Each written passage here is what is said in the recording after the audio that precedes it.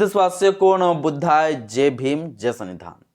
साथियों, इस समय सुप्रीम कोर्ट में एक एडवोकेट के द्वारा याचिका लगाया गया है और यह याचिका नेता मंत्रियों को सबक सिखाने वाला है। अब इस याचिका को देख कर ना पूरा नेता मंत्रियों को बेचैनी सा बढ़ गया है, धड़कन पूरा तेज हो गया है, बुखलाहट सी होने लगी, डर का एक माहौल बन गया है। क्योंकि साथियों याचिका ही कुछ ऐसा ही है। यह याचिका में साथियों एडवोकेट के द्वारा साफ तरीके से यह कहा गया है कि वैसे नेता मंत्रियों को हमेशा के लिए आजीवन भर चुनाव लड़ने से रोक देना चाहिए जो नेता मंत्री किसी अपराध में दोषी सिद्ध हो गया हो। उसे चुनाव नहीं लड़ना चाहिए, कभी भी आजीवन भर कभी चुनाव लड़ने का अधिकार नहीं होना चाहिए।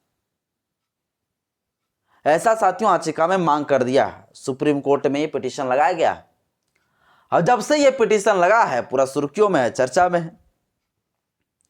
नेता लोग को पूरा डर सा माहौल बन गया है। भाई बस सब कुछ आज के इस वीडियो में बताऊंगा। उस सेक्शन के ऊपर भी चर्चा करूंगा, उस धारा के ऊपर भी चर्चा करूंगा जिस धारा में यह प्रोविजन किया गया है कि किसी नेता मंत्री के द्वारा, किसी प्रतिनिधि के द्वारा अगर कोई अपराध किया जाता है या दोषी पाया जाता है तो उसे जो है कितने साल तक जो है चुनाव नहीं लड़ने का जो है अयोग्य घोषित किया जाता है। और अब जो कहा गया है कि नहीं आजीवन भर नहीं लड़ना चाहिए, उस किस बेस पर कहा गया है तो वो पूरा कानून को, वो पूरा संविधान में क्या प्रोविजन है, जो चुनाव से संबंधित, जो नेता मंत्रियों से संबंधित जो एक्ट, जो कानून बना है वो क्या कहता है, पूरा मामला, पूरा मसला को समझाऊंगा। और जो एडवोकेट, जिस अधिवक्ता के द्वारा ये लगाया गया है उसका क्या नाम है, जो इन्होंने इस तरह से यह याचिका लगाया, क्या इन्होंने तर्क दिया है, सब कुछ ए टू जेड आज के इस वीडियो में बताऊंगा। बस मेरा छोटा सा अपील, इस वीडियो को शुरू से अंत जरूर देखें। वीडियो अच्छा लगे तो लाइक करें, चैनल में पहली बार आए चैनल को सब्सक्राइब कर लीजिएगा, बेल आइकन प्रेस करिएगा ताकि जब भी वीडियो अपलोड करूं आपके पास नोटिफिकेशन पहुंचता रहे।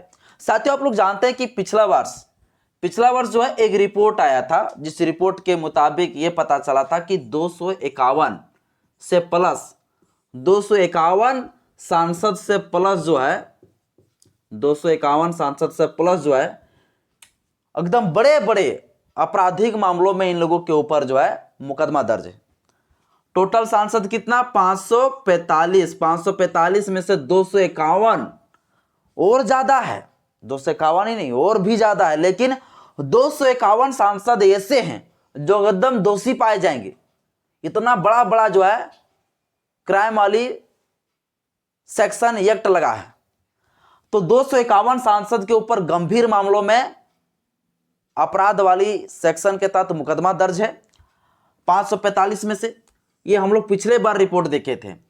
तो एक याचिका लगाया गया था उसी समय सुप्रीम कोर्ट में, और सुप्रीम कोर्ट में यह कहा गया था कि ये जो 251 जो सांसद है ना, ये 251 सांसद आखिर क्या कर रहे हैं वहां बैठ के। इन लोगों को संसद में बैठने का अधिकार नहीं है।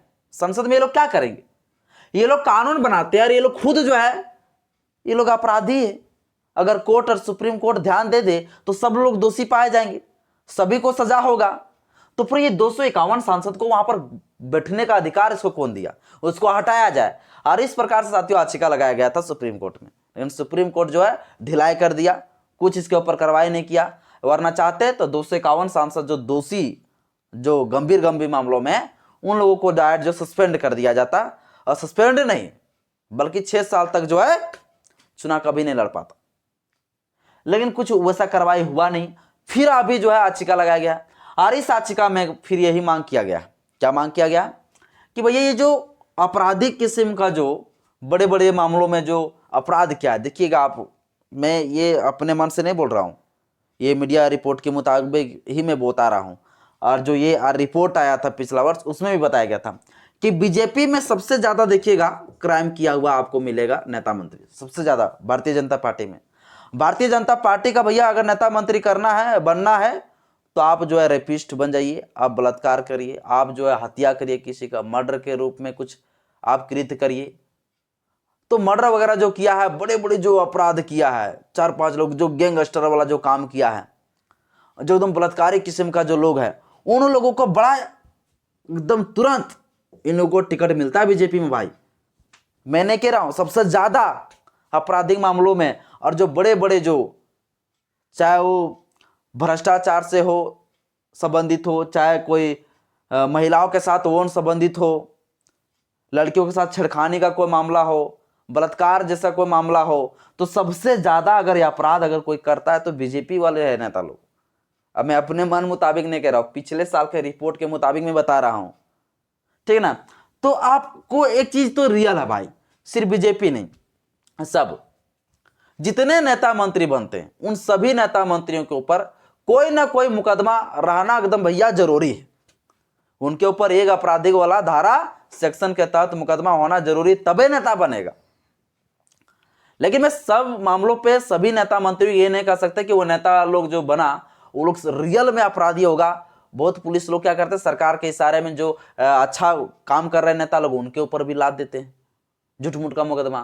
समाज पार्टी का नवनिर्वाचित सांसद चंद्रशेखर जी, उनके ऊपर देखिए कई सारे ऐसे मुकदमा लगाए गए जो झूठ मूठ का है। क्या अपने लोगों का आवाज उठाना बंद कर देंगे लोग? तो उन जैसे लोगों के ऊपर अगर इस तरह से कार्रवाई किया जाएगा तब तो फिर भैया गलत है, तब तो फिर भैया गलत है। लेकिन जो एकदम रियल में अपराधी है, जैसे हत्या की मामला में, मर्डर की मामला में, जैसे हो गया रेप की मामले में, या तो यौन शोषण की मामले में, इस प्रकार से पोक्सो के तहत अगर कोई अपराध करता है तो इन लोगों को कड़ी से कड़ी सजा तो मिलना चाहिए। और उस समय साथियों ये जब लगाया गया याचिका तो उस समय जो है बोला गया था कि ये जो जितना भी आपराधिक किस्म का जो दोषी पाए जाएंगे उन लोगों को डायरेक्ट सांसद का सदस्यता नहीं रहना चाहिए, उन लोगों को हटा देना चाहिए। वो उस समय की मांग है। लेकिन अभी जो है जो याचिका लगाया गया है वो याचिका लगाया गया अश्विनी जी के द्वारा। अश्विनी जी के द्वारा एक अश्विनी उपाध्याय नाम का एक शख्स है, उपाध्याय नाम का एक शख्स है अश्विनी उपाध्याय। इस अश्विनी उपाध्याय जो है एक एडवोकेट है, एक वकील है, और इस वकील के द्वारा जो है ये याचिका लगाया गया है। और इस याचिका में जो है क्या कहा गया है, इस याचिका में कहा गया है कि जो सांसद जो दोषी पाए जाएंगे उन लोगों को आजीवन भर चुनाव लड़ने से रोक दिया जाए। आजीवन भर जो है चुनाव लड़ने से रोक दिया जाए, चुनाव लड़ने से इसे रोक दिया जाए। इन लोगों को चुनाव लड़ने का अधिकार नहीं होना चाहिए, क्योंकि ये लोग खुद जो है दोषी है। और ये समाज का नेतृत्व कैसे कर सकता है, ये नेता कैसे बन सकता है जब खुद ये किसी मामले में अपराधी है, दोषी है? तो ये क्यों मतलब रहेगा भैया अपना पद में बना हुआ? तो इन लोगों को जो है आजीवन भर चुनाव लड़ने का अधिकार खत्म कर देना चाहिए। अब इसके जब ये चीज लिखा गया, जब ये चीज पिटीशन में मांग किया गया कि आजीवन भर चुनाव लड़ने का अधिकार खत्म कर देना चाहिए, तब तो इनको कोई तर्क भी देना पड़ा। तर्क इसलिए देना पड़ा क्योंकि भारत के अंदर एक कानून बना हुआ है जो आप लोगों को पता होगा। कानून का नाम है रिप्रेजेंटेशन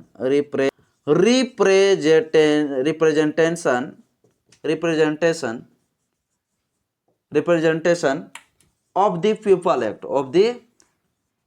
पीपल एक्ट 1951। ये जो साथियों जो कानून है लोक प्रतिनिधित्व अधिनियम, लोक प्रतिनिधित्व अधिनियम 1951, ये जो साथियों जो कानून है, इस कानून का एक सेक्शन है, एक धारा है, जिस सेक्शन नंबर 8 में साथियों ये प्रोविजन है, ये प्रावधान किया गया है कि कोई भी नेता मंत्री, कोई लीडर्स जो है अगर कोई अपराध करता है, अपराध की श्रेणी में विधायक वगैरह है ना, अगर कोई अपराध करता है तो ये अपराध के बाद वो दोषी सिद्ध हो जाता है, तो जिस दिन से वो दोषी सिद्ध हुआ है, जितना साल के लिए वो दोषी सिद्ध हुआ है, मान लीजिए 21 साल का, तो जितना साल के लिए वो दोषी सिद्ध हुआ है तो वो कारावास काटने के बाद, रिहा हो जाने के बाद जो है 6 साल तक वो कोई चुनाव नहीं लड़ सकता है। ये साथियों जो है representation of the people act 1951 का सेक्शन नंबर 8 में ये प्रोविजन किया गया कि नहीं लड़ सकता है। जैसे मान लीजिए हम कोई विधायक बन गए और हम जो है किसी मामले में हम अपराधी सिद्ध हो गए, मतलब हम दोषी बन गए।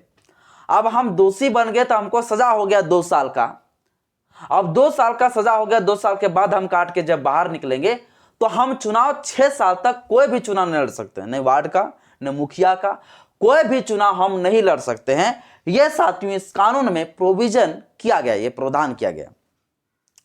अब ये जो शख्स है आसवानी जी का कहना कि नहीं, ये जो है ना representation of the people act 1951 का सेक्शन 8, इसमें संशोधन करना होगा और संशोधन करके इसको बदलना होगा।